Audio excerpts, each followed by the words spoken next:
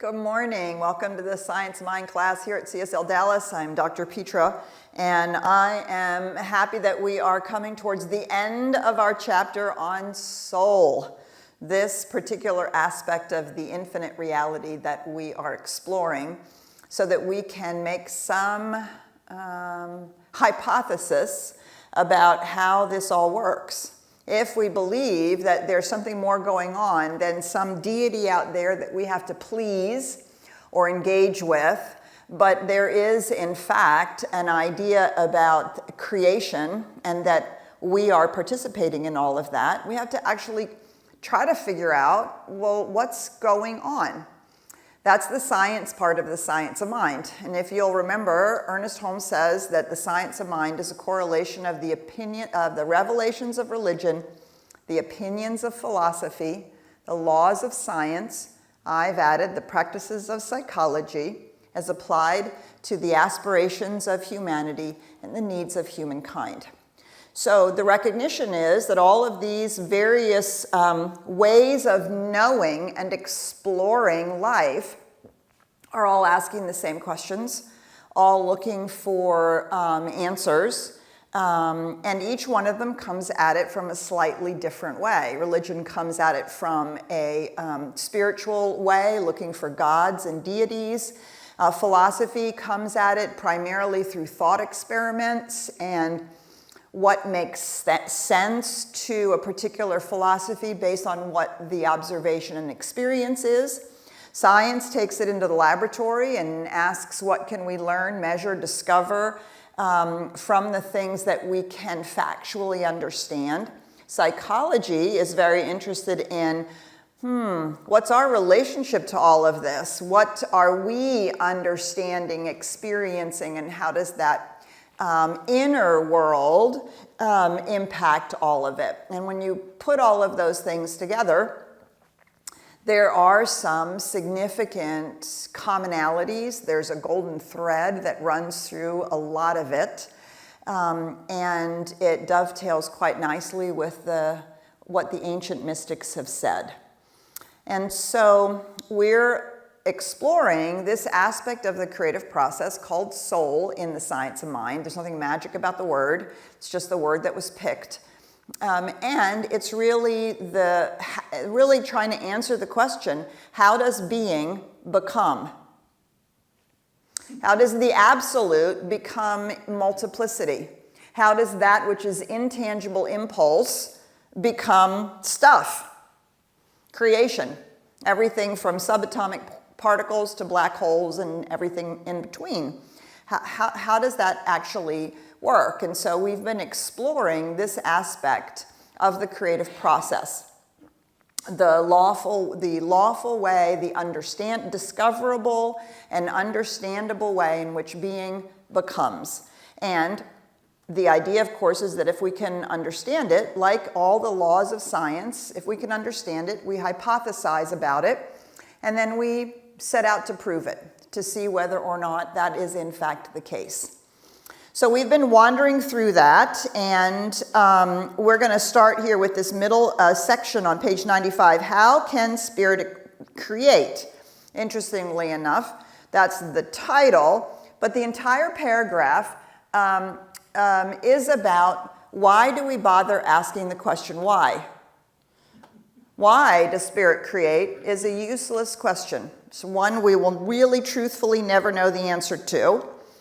And again, I've said this before, when we are exploring what we understand the nature of reality to be, it's not a prescription. It's not a moralistic prescription as we get in many religions.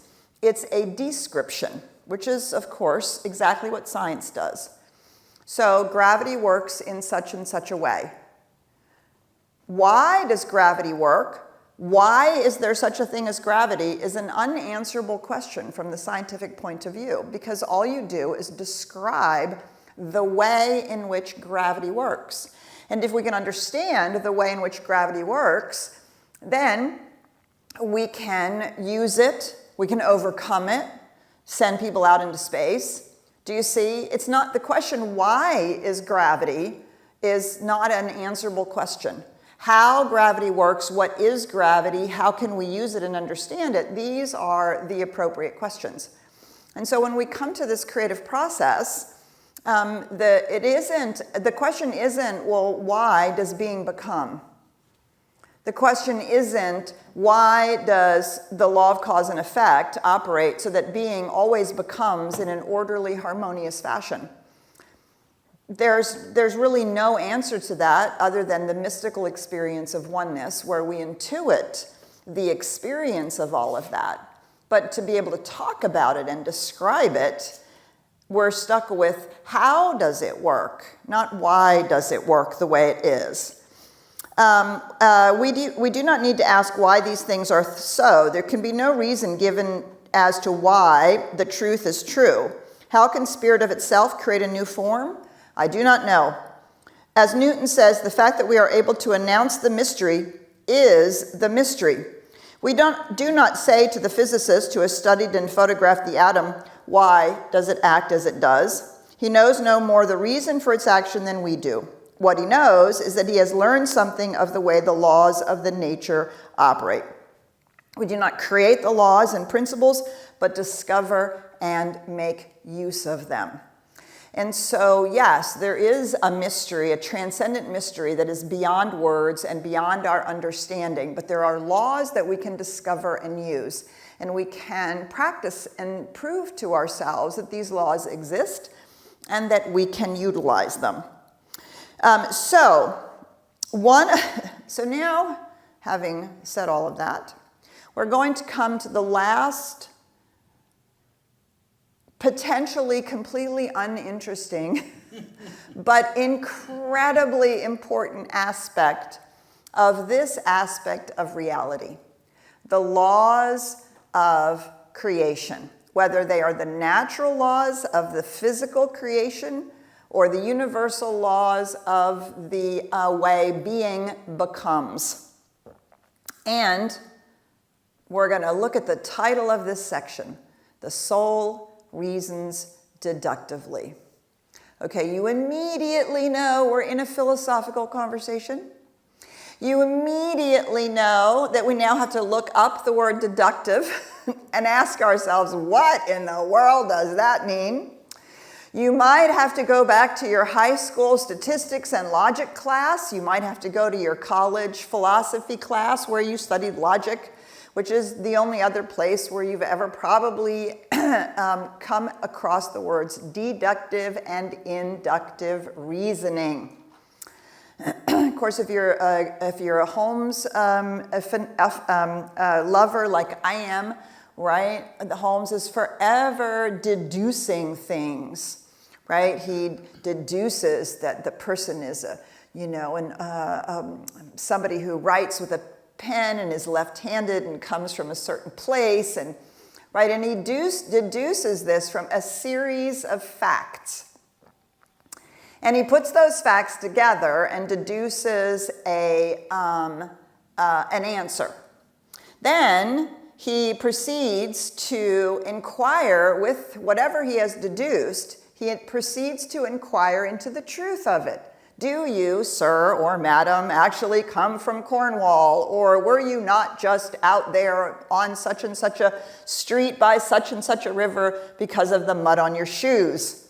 Right? So the deduction is taking all of the various pieces and parts and deducing some information out of it.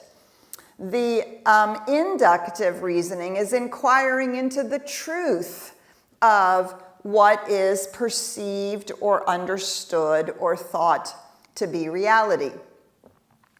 So one can say deduction is taking a bunch of pieces and putting them together and saying, therefore, X. Inductive reasoning is X true? Okay, why in the world do we care about this?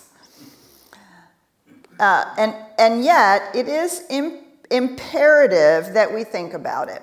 So first of all, he says we cannot divide mind. We speak of conscious and subjective, the self-conscious and the unconscious, and the terms are confusing.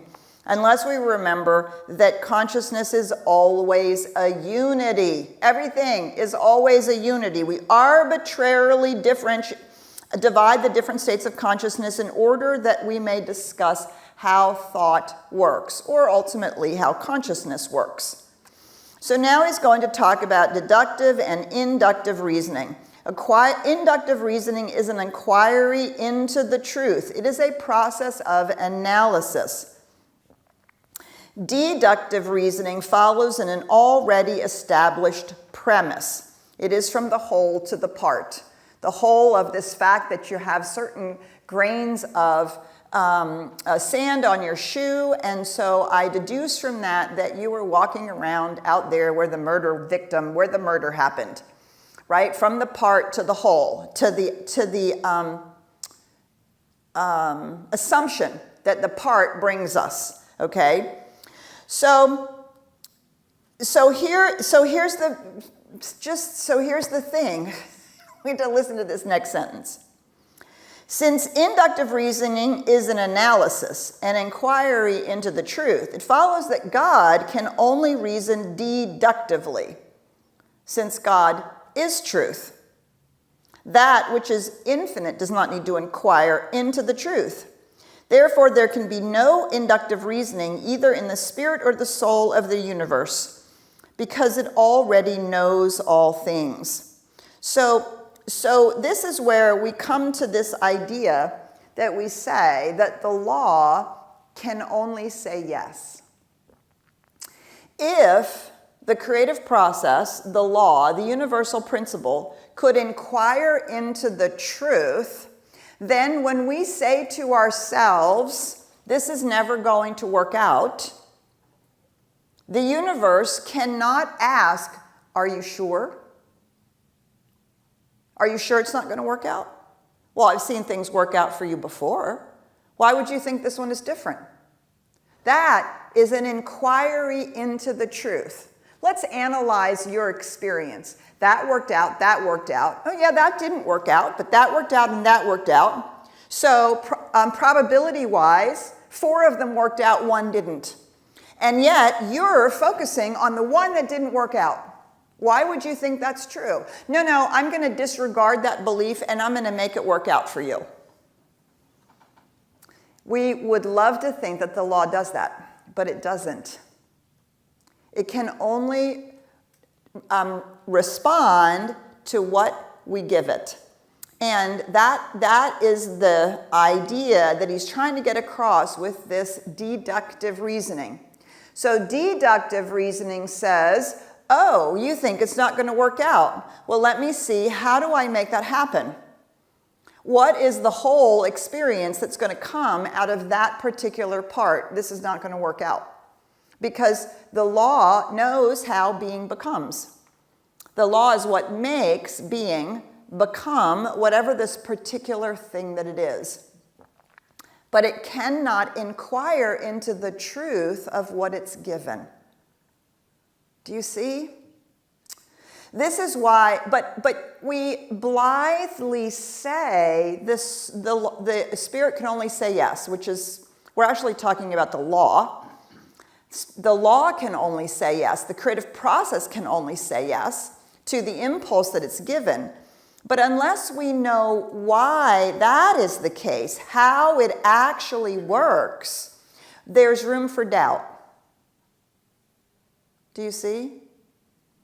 So, on the other hand, if I say, it works out, I believe this is going to work out, and our brain goes, yeah, but it didn't work out there, and it didn't work out there, and we say, I don't care, I believe it was going to work out, the law can only say yes.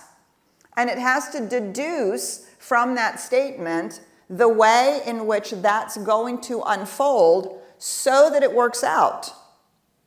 The law can't say, well, no, it doesn't usually work out for you.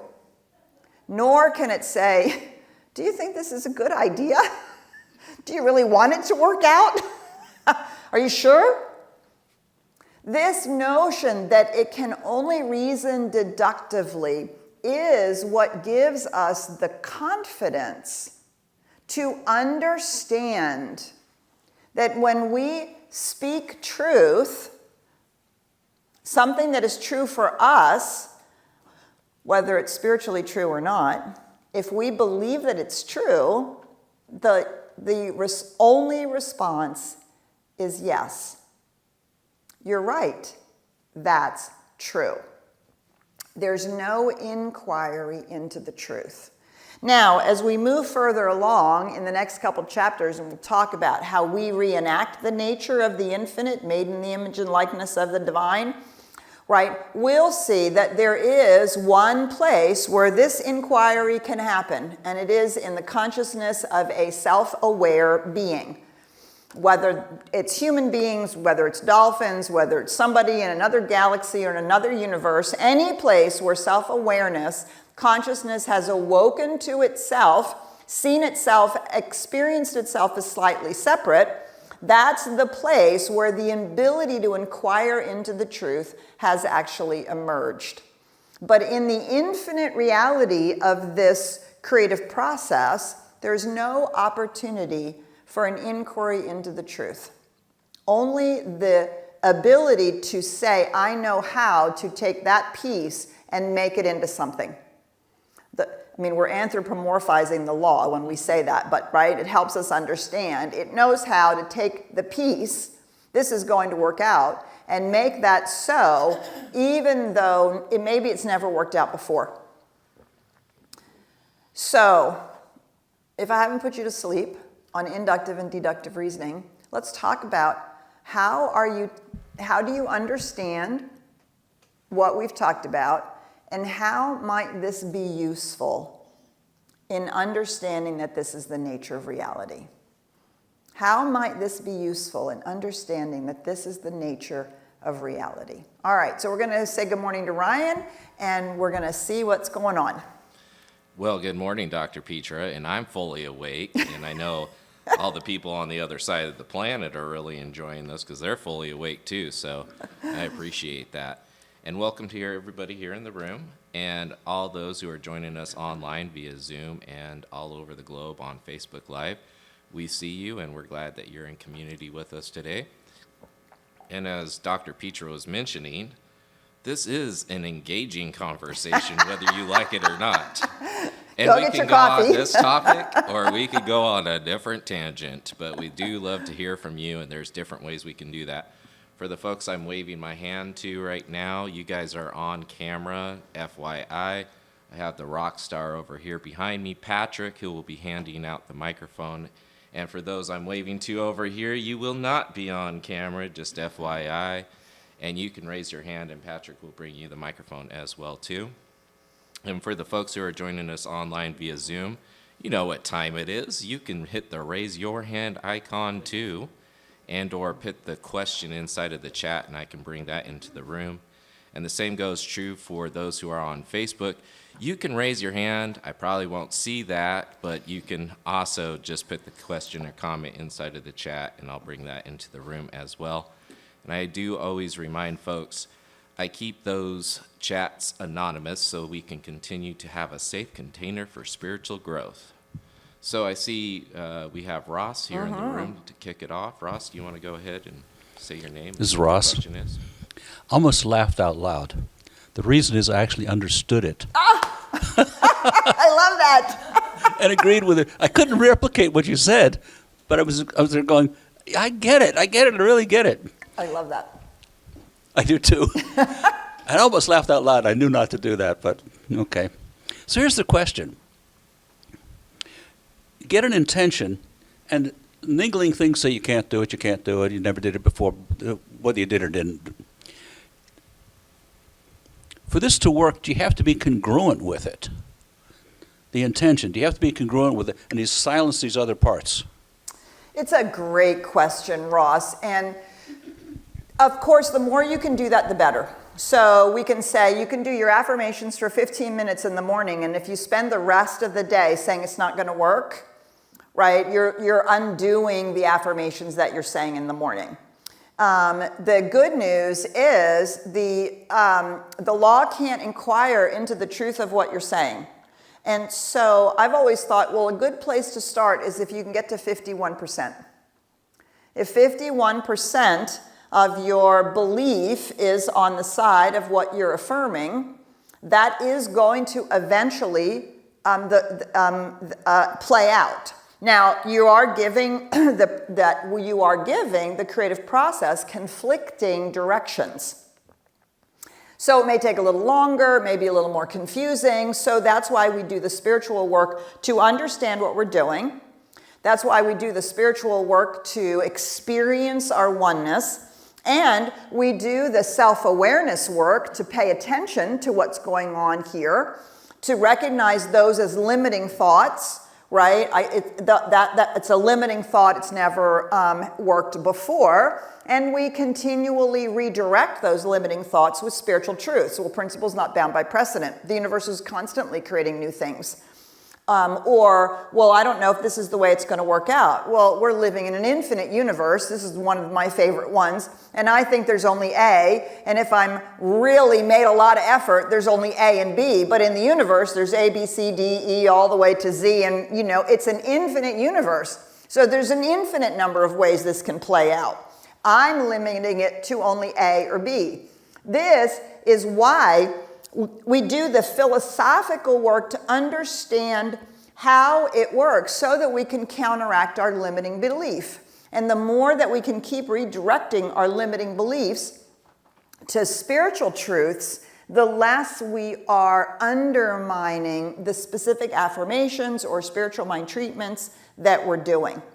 So it's a constant process of growth and awareness. And it's not as simplistic. We say it's the law of cause and effect. If you plant a seed, a tomato seed, you're going to get a tomato. The problem is most of us are not planting seeds or intentions that singly, right? We say, I'm going to build a new business. But in addition, we also have the memory of what happened the last time we did it. And we have our childhood, belief that we're not good enough. And so we have we're planting like a whole cluster of things at the same time. And so we oversimplify this and we say when it doesn't work, well, it just doesn't work. Well, some of that cluster of intentionality that we're planting, it's the combination of that cluster, which is, of course, why the practices of psychology are in our understanding of the science of mind, because we're trying to clean out those old beliefs based on trauma, the false beliefs based on the sense of separation we have as a human being, the limiting beliefs we get from our culture, right? We're wanting to clean those out so that when we do set an intention, we have all of the spiritual truths that we have also come to believe that's actually part of the cluster that we're planting. Does that make sense? Yeah. Right? And so we make this huge mistake when we oversimplify it. So that's a great question. And so that's why our spiritual work isn't just sitting on the meditation cushion in the morning. It isn't just doing one spiritual mind treatment in the morning or sometime during the day. It isn't just doing 15 minutes of affirmations. It's a constant state of over and over and over and over again inquiring into the truth. What is the truth? I don't know how to do this, but Spirit as me knows how to do this. Right? That's one of my favorite ways of reminding myself that just because I feel uncertain, there is that within me which is always certain. Just because I don't know, there is that within me which is sourced from that infinite intelligence that does in fact know. So I'm constantly redirecting myself to truth. Is it really true that I can't do this? Is it really true that I don't know this? Well, I as my human self, or maybe there's that within me that knows, or I affirm I'm attracting exactly what I need to know, or I'm attracting people who know what I need to know, right? However that unfolds, because I understand how the universe works. And I'm not just affirming these things because they make me feel good. And this is, again, the other reason why we spend time on the philosophy. Lots of people say, oh, I'm so heart-centered, this hurts my brain, I don't want to think about it, right? But the problem with that is we don't have on the one hand, we don't have the solidity of the understanding, right? If you put water in an ice cube tray and you put it in the freezer, it will freeze. We know that. We know it from experience, from experimenting. And so by experimenting on these things, we show ourselves that this is, in fact, how it works. And when we can do that, now we're in a crisis situation. Now we're in something that feels big, right? And what can we say? We can say, well, it's big to me, but nothing is big for the infinite. There is no big and small in the infinite. No, it's the infinite. It's managing the universe. How can this thing, right, this whatever feels monumental to me in terms of the infinite laws it has no relation to big or small. And so these are the things that help us not continually undermining the thing that we're actually working on. So it's a great question. And why we do classes, why we have this ongoing community that is forever reminding ourselves, but wait, is that true? That's what we add to the process. And we can then remind ourselves of the spiritual truths that we're learning and practicing. All right, so we're going to check in with Ryan. Yeah, I'm just polling the online audience here on Zoom. Or anybody else. Or anybody else. Anybody. Deductive and inductive reasoning. All right, we have a comment over here, and then we have a comment out here as well. All right, go ahead and This is Autumn. Hi, Autumn. I'm glad that you brought up this thing about why. I have an inquiring mind.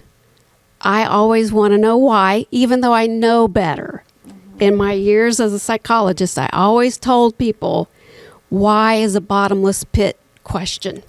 You will never get the answer you want from why. Mm-hmm. I still want to know why. Right. And I want to know how. Mm-hmm. And this week, I've been thinking about everything that had to come together, everything that had to happen for me to be in this moment, in this place. Every subatomic particle that had to come together with another one to bring me here. There's no way I could have seen that coming. Right. There's no way I could figure out how it was going to come. This is a great topic. I thank you for this, and I will listen to it again tomorrow. Good. And contemplate, and I'll probably have a lot more questions and comments after that. Good. Thanks, Autumn. Yes. I mean, and there's so many reasons why is not a useful question. Why me? Why me? Why did this happen to me? Well, we know instantly at that point we're in a victim state. Why is this happening? Why is it going on? Well, we can probably look at some various pieces of information we might be able to see, but as Autumn said, it's a bottomless pit. The question is how, what? These are much more useful questions. Good, thanks. Hi, my name is Tammy. Hi, Tammy. Good to see you. I loved, and it hit me like a ton of bricks, and you've probably said it a million times before, but this idea that no matter what happened before, and I think this section is important because it helps me understand that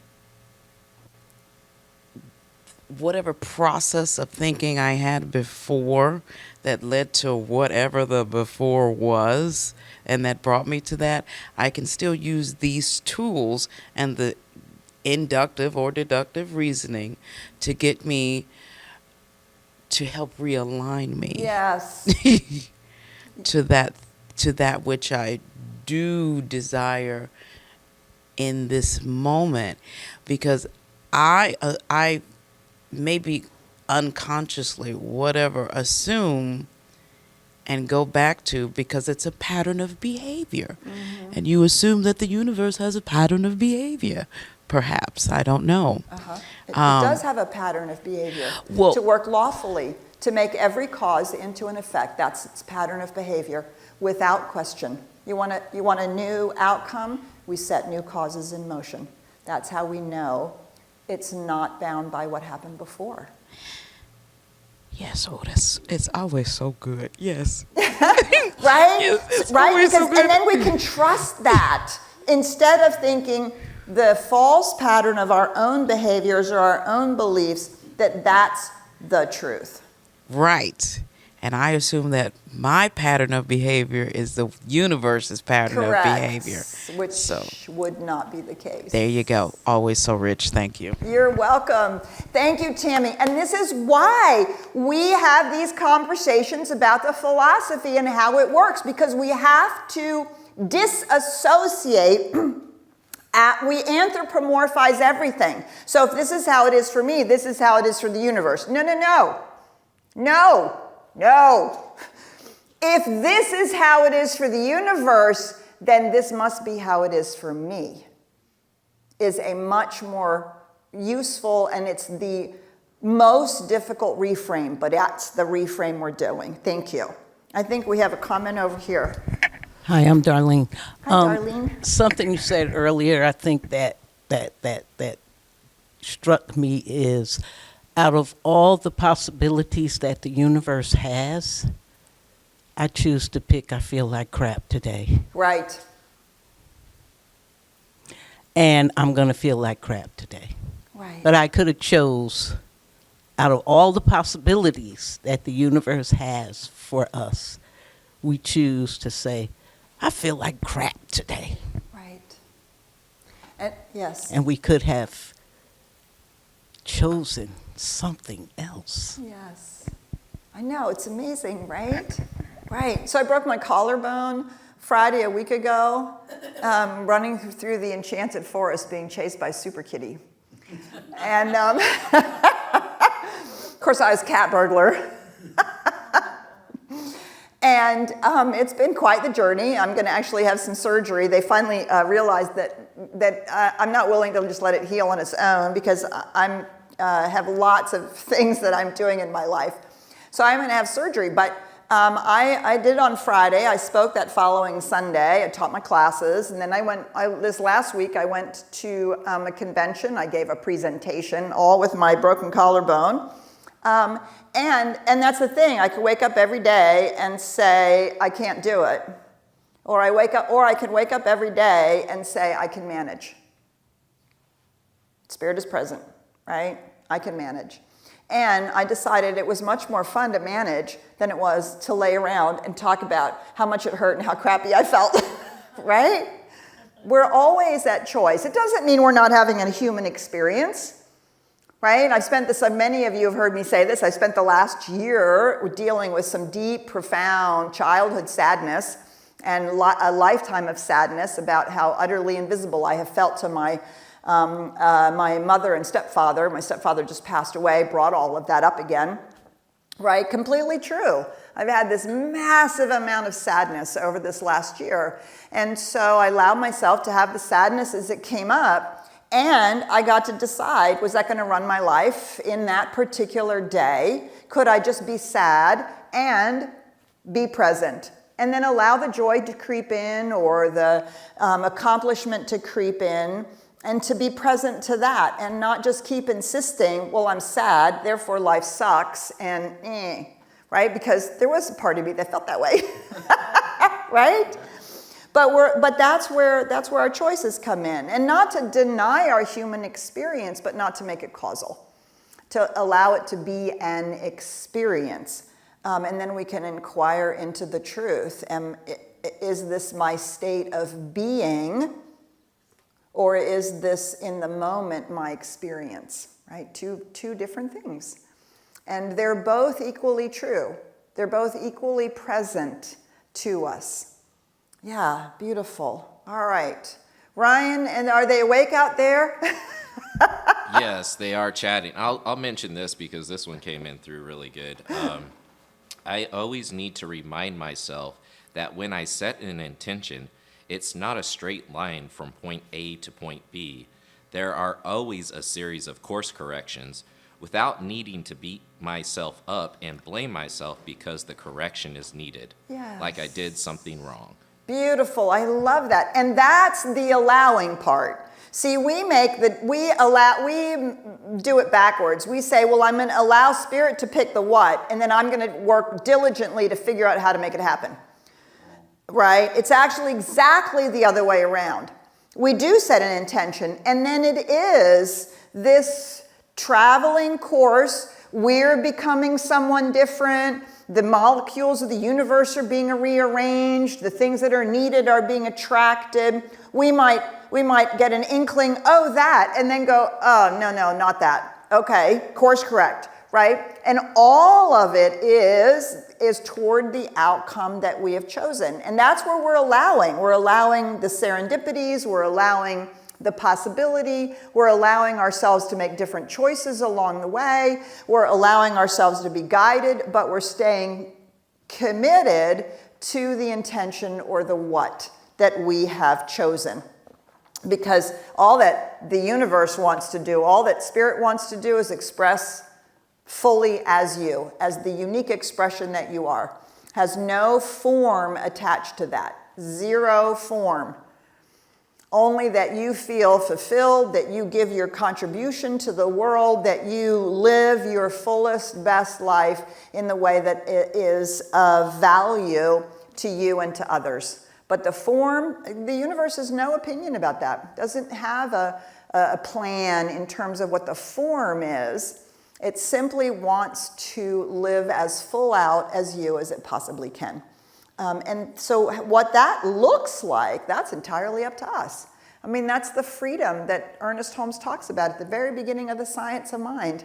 We are left alone to discover ourselves and to discover this freedom and to use it on purpose, not unconsciously. Yeah, okay. We have a comment back here. Hi, I'm Kathleen. Hi, Kathleen. Hi. I find it interesting that in recent years I can set an intention and just know it completely and then forget about it and then it manifests and then I think, wait a minute, I set that intention and it has unfolded. I just completely forget because I know it so deeply. Yeah, so we only have to do the work when we have doubt. When we have doubt or niggling things or I don't know if it's going to work, but the more we understand and we know that when we set an intention it must manifest, the less work we have to do about it. And it is funny that the more we get to that place, we can miss the manifestation. So it's really great to say, but wait, I set that intention. I might have said it last week, last month, last year, 10 years ago, and here it is. Beautiful. Thank you for sharing that. Let me get this quote exactly right. We are left Hey, can I get a mic on you? I'm sorry.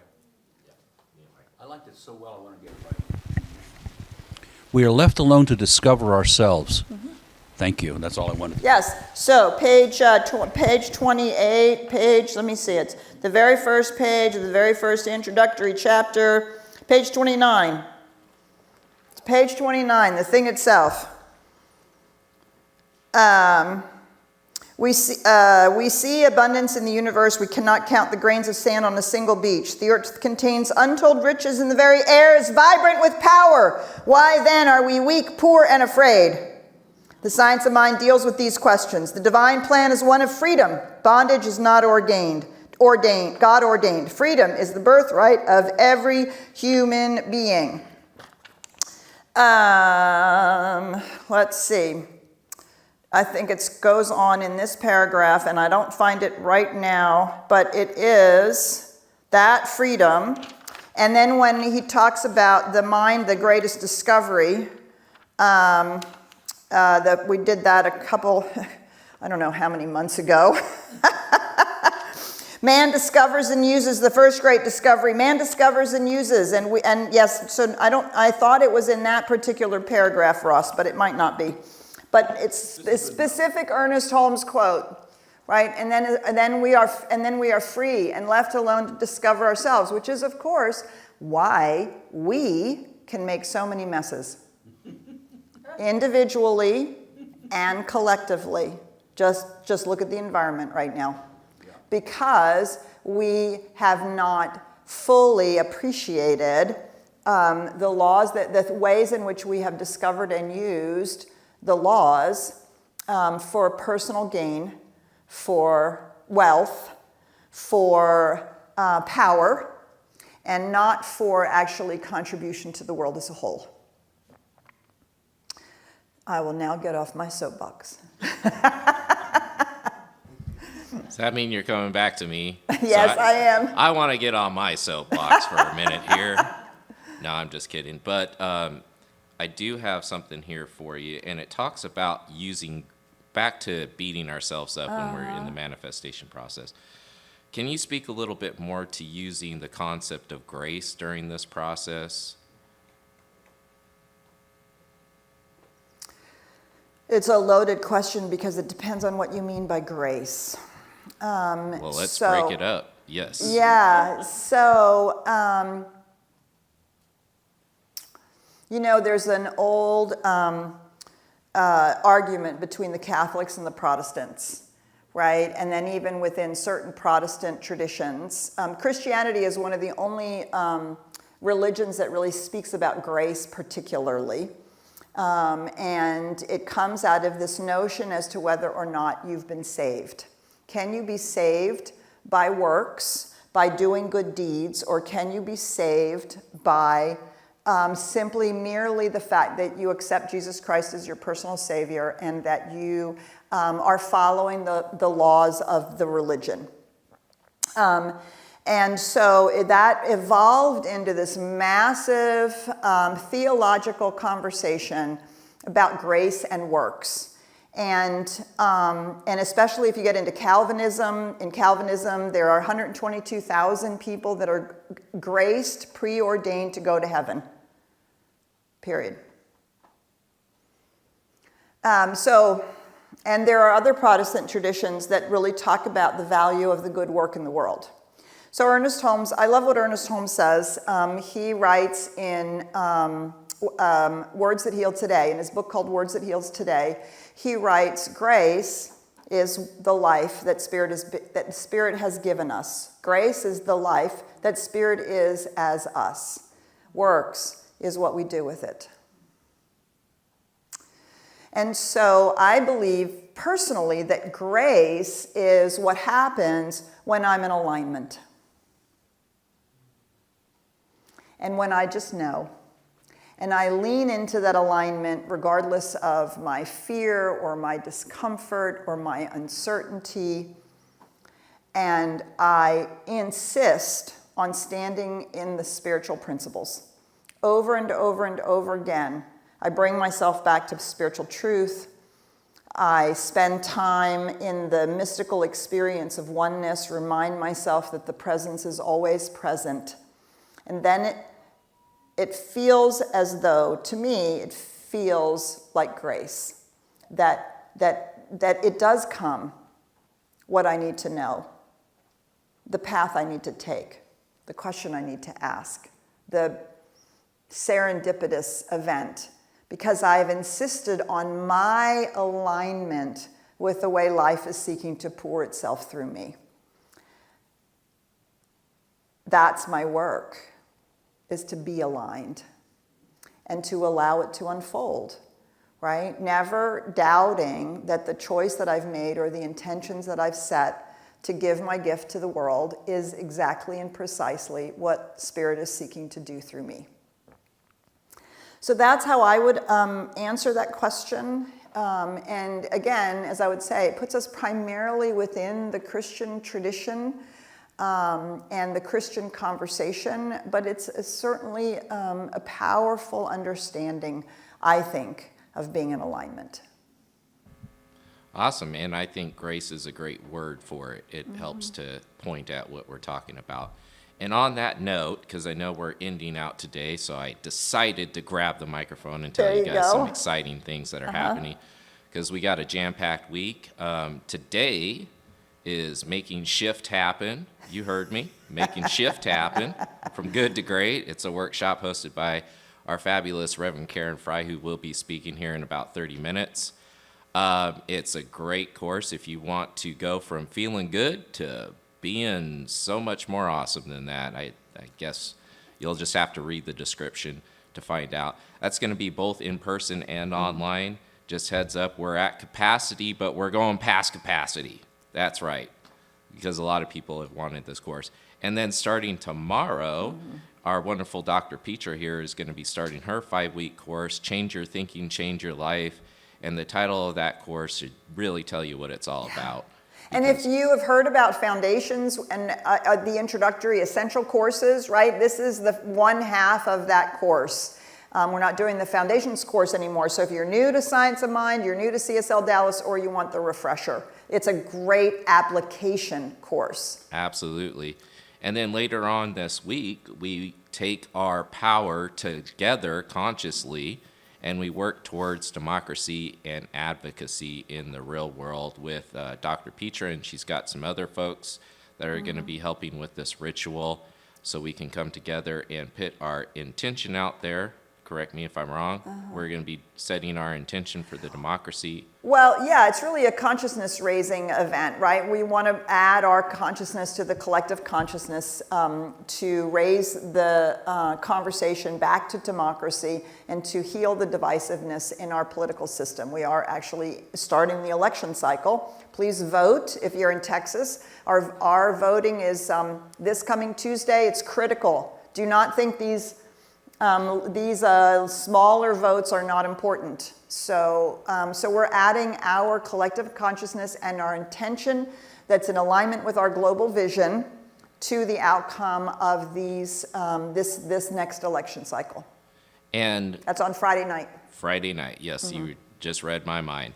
So that's going to be from 7 to 8. And one more quick little reminder for the folks here on campus with us, this beautiful artwork that's in the background on our walls is hosted by Kathy Cromer. She's here today, and she'll be having an artist meet and greet after our Sunday celebration. And one more special announcement. This one goes out to everybody here in the room, especially somebody that we all know and love is having a birthday coming up at the end of March, and we want to invite everybody on Friday the 29th to celebrate my friend, my mentor, Dr. Reverend Petra Weldis, with a lovely celebration and blowout birthday extravaganza. And so if you're in the 40 DFW, years in the ministry. there's a lot of accolades. We have some fun stuff. You guys can record a video for her, and you can be here to help celebrate her life and her ministry. And it'll be happening March 29th from 6 until the wee hours of the morning. And then that's a great way to kick off our Easter weekend. So we have plenty of fun stuff happening all that weekend too. Yeah. That's So great. I hope to see you all here. And Good. I guess I'll close us out. All right. Bye, everybody. See you in celebration. Or next week. Bye or for next now. week. Wherever we see you.